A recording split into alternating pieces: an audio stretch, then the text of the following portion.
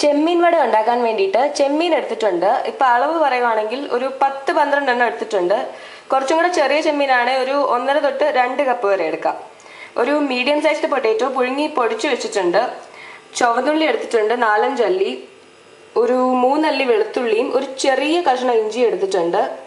മഞ്ഞൾപ്പൊടി 1/4 ടീസ്പൂൺ, മുളക് പൊടി, കുരുമുളക് പൊടി, ഗരം മസാല ഇതെല്ലാം 1/2 ടീസ്പൂൺ വെച്ചാണ് എടുത്തേക്കുന്നത്.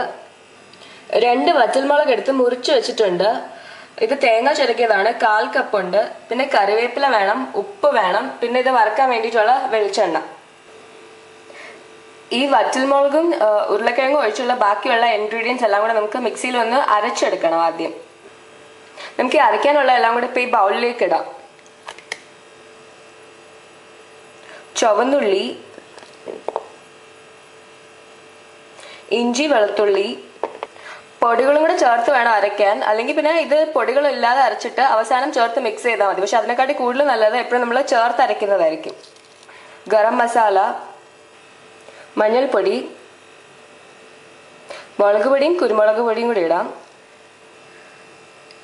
തേങ്ങ ചിരകിയത്, ഇത് 1/4 കപ്പ് തേങ്ങ ചിരകിയതാണ്.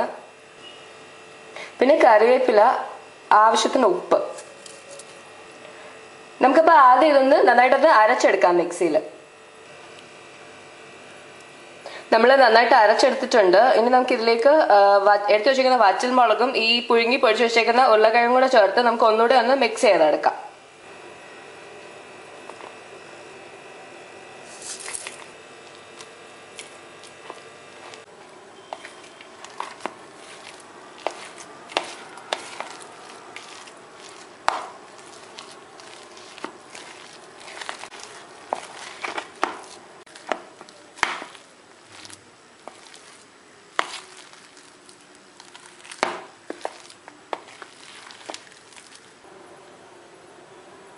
നമ്മളിപ്പോൾ ഇത് ഉരുളക്കിഴങ്ങും വറ്റൽമുളകും ചേർത്തതിന് ശേഷം ഒന്നും കൂടെ നന്നായിട്ട് മിക്സ് ചെയ്തിട്ടുണ്ട്. നമുക്കിനി ഇത് ഷേപ്പ് ചെയ്ത് ചെമ്മീൻ വട ഉണ്ടാക്കിയെടുക്കാം.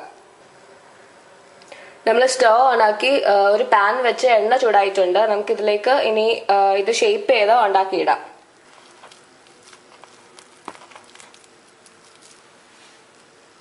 ഇനി നമ്മൾ ചെറുതായിട്ടൊന്ന് പരത്തി കൊടുക്കണം. നമുക്കിത് എണ്ണയിലേക്ക് ഇടാം.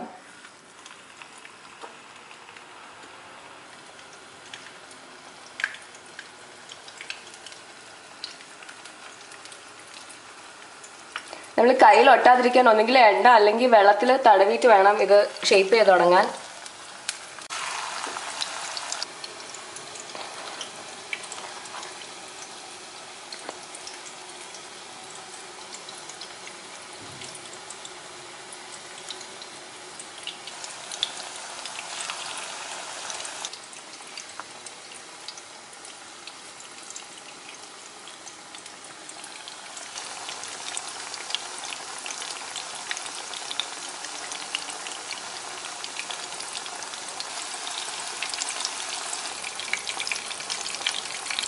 ഇത് ഒരു വശം ആയിട്ടുണ്ട്. നമുക്കിതൊന്ന് തിരിച്ചിടാം. ഇനി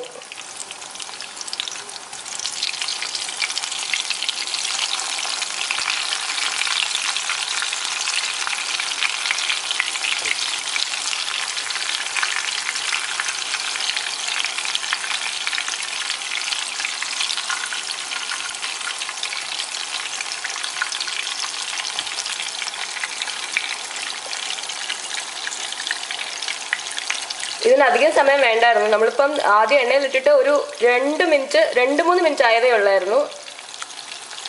നമുക്കിനി വെയിറ്റ് ചെയ്യാം ഇത് ആ സൈഡും കൂടെ ആവുന്നിടം വരെ.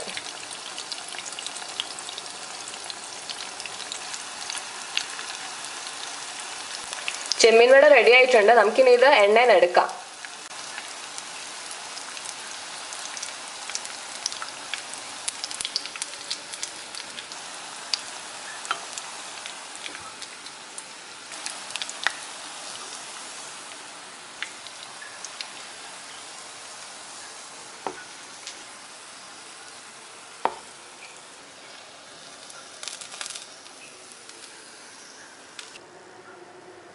നമുക്ക് ഇതുപോലെ തന്നെ ബാക്കിയുള്ളത് വെച്ചും ഇതുപോലെ ചെമ്മീൻ വട ഉണ്ടാക്കിയെടുക്കാം.